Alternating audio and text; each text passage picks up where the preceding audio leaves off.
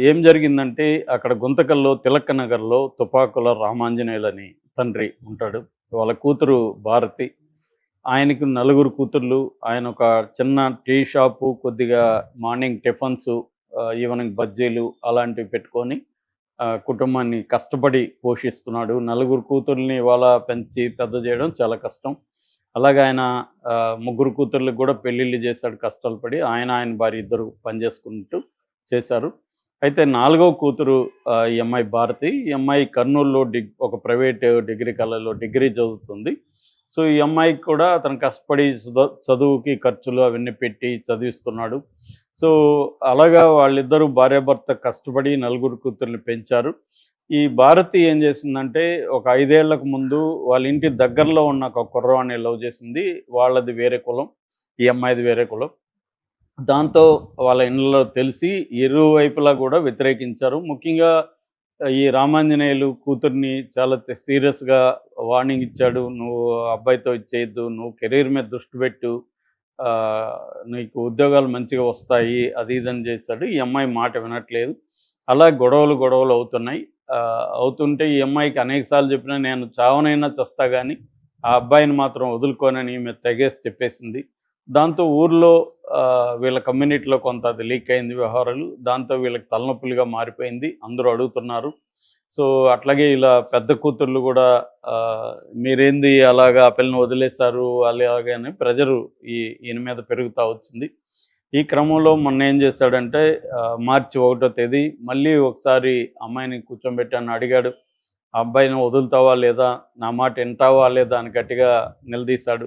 ఆ అమ్మాయి కూడా అంతే పిడివాదంగా నేను నీ మాట వినను, చావడానికైనా రెడీ గాని ఆ అబ్బాయిని నేను వదులుకోను, నాకు అబ్బాయి కావాలి అనేది ఆ అమ్మాయి హఠంగా కూర్చుంది. దాంతో ఇతను ఏం చేశాడంటే అమ్మాయిని స్కూటర్ ఎక్కించుకున్నాడు. తాడు ముందే ప్లాన్ చేసుకున్నాడు. ఈ అమ్మాయిని చెట్టుకు ఉరిదీసి చంపాలని ప్లాను మైండ్‌లోకి వచ్చింది.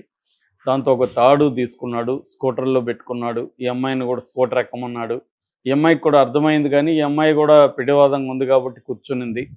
సో, స్కూటర్‌లో ఒక 5 కిలోమీటర్ల దూరంలో ఉండే కసాపురం అనే ఒక గ్రామం శివారులకు తీసుకెళ్ళాడు. అక్కడ జనసంచారం లేని ఒక ప్లేస్‌కెళ్ళి అక్కడ ఒక పెద్ద చెట్టు ఉంటే ఆ చెట్టుకి తాడు కట్టాడు పైకెక్కి.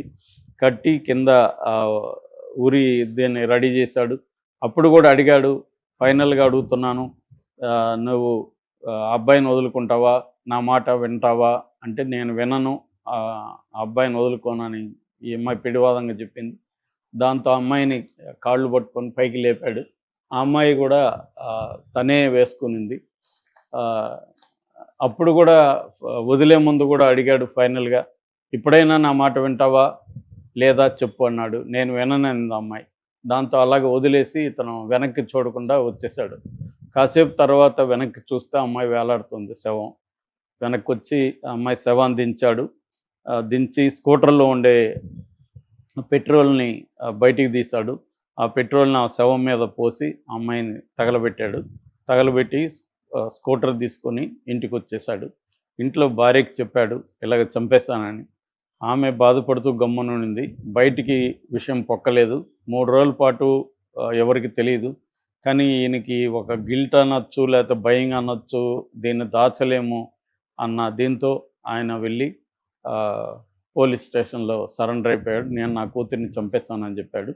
అది నైట్ చెప్పాడు. నైటు 9:30కి అలాగా సిఐ ప్రవీణ్ కుమార్ వాళ్ళు ఈ బాడీని వెతకడానికి వెళ్లారు.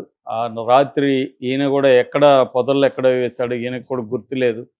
సో, రాత్రి వెతికితే దొరకలేదు. మళ్ళీ మార్నింగ్ వెళ్ళి వెతికితే కొన్ని కుక్కలు తీసుకొని వెళ్ళిపోయినాయి ఆమె బాడీని. కొంత మాంసం అదంతా వెళ్ళిపోయింది. కుళ్ళు కూడా పోయింది. మొత్తానికి దాన్ని తీసుకొని ముక్కలు తీసుకొనొచ్చి పోస్ట్‌మార్టం చేసి తల్లికి అప్పగించారు. దహన కార్యక్రమాలు చేశారు. ఈయన్ని అరెస్ట్ చేసి 103 బిఎన్ఎస్ ఇంతకుముందు 302 ఉండేది ఐపీసీ హత్య కేసు. 103 సెక్షన్ కింద అరెస్ట్ చేసి కోర్టుకు పెట్టారు. కోర్టు జైలుకి పంపించింది. ఇది హృదయ విదారకమైన కథ. ఈ క ఈ ఇది హానర్ కిల్లింగ్ అంటారు దీన్ని. పరువు హత్యలు అంటారు. ప్రపంచంలో పరువు హత్యలు దాదాపు సంవత్సరానికి 20,000 వరకు జరుగుతున్నాయని ఐక్యరాజ్య సమితి లెక్కల ప్రకారం అయితే 5,000 ఉన్నాయి. కానీ వివిధ సంస్థలు చెప్పేది ఏంటంటే రిపోర్టింగే లేదు, పరువు హత్యలు రిపోర్టింగ్ అనేది జరగట్లేదు. ఇప్పుడు ఇది కూడా హత్య కేసుగా పెట్టేస్తారు తప్ప పరువు హత్య అనేది లెక్కల్లోకి రాదు. అమ్మాయి హత్య, తండ్రి హత్య చేశాడనేది లెక్కల్లో ఉంటుంది. పరువు హత్య అనేది కనబడదనమాట. అందువల్ల డేటాలో మనకి పరువు హత్యల డేటా అనేది కనిపించదు. సో ఓవరాల్‌గా ఒక రఫ్ ఎస్టిమేట్ ప్రకారం ప్రపంచవ్యాప్తంగా సంవత్సరానికి 20,000 మంది, ప్రధానంగా అమ్మాయిల్ని, అబ్బాయిల్ని కూడా కొన్ని చోట్ల చంపుతున్నారు. ముఖ్యంగా అమ్మాయిల్ని ఈ ఇంటర్ కాస్ట్ పెళ్ళిళ్ళు కావచ్చు, ఇంటర్ కాస్ట్ లవ్ అఫేర్‌లో ఉంటే వాళ్ళని తల్లిదండ్రులే, ఒక్కొక్కసారి ఫ్యామిలీ అంతా కూడా, ఆ మధ్య కూడా ఢిల్లీలో తల్లి కాళ్ళు పట్టుకుంది, తండ్రి చేతులు పట్టుకున్నాడు, తమ్ముడు దిండి వేసే అమ్మాయిని ముక్కు మీద దిండు పెట్టి ఊపిరాడనీయకుండా చేసి, అంటే సొంత అమ్మ నాన్న, సొంత తమ్ముడు కలిసే అమ్మాయిని హోటల్లో నమ్మించి హోటల్లో తీసుకెళ్ళి చంపేశారు. ఇలాగా చాలాసార్లు సొంత కూతుర్లని, సొంత అల్లుళ్ళని చంపేస్తున్నారు దారుణంగా. మనకు తెలుసు ప్రణయ్, అమృత విషయంలో కూడా ప్రణయ్‌ని దాదాపు ₹1,00,00,000 ఇచ్చి ఒక బీహార్ గ్యాంగ్‌ని తెప్పించి, వాళ్ళ నాన్న, ఆయన పేరు మర్చిపోతుంటాను నేను. ప్రణయ్ వాళ్ళ అమృత వాళ్ళ నాన్న చంపించేశాడు. చివరికి ఆయన కూడా ఏమయ్యాడు, ఆయన కూడా ఊరేసుకొని చనిపోవాల్సి. ఆయనకు ప్రేమ లేదని కాదు, ప్రేమ ఉంది. ఇప్పుడు ఈయనకు కూడా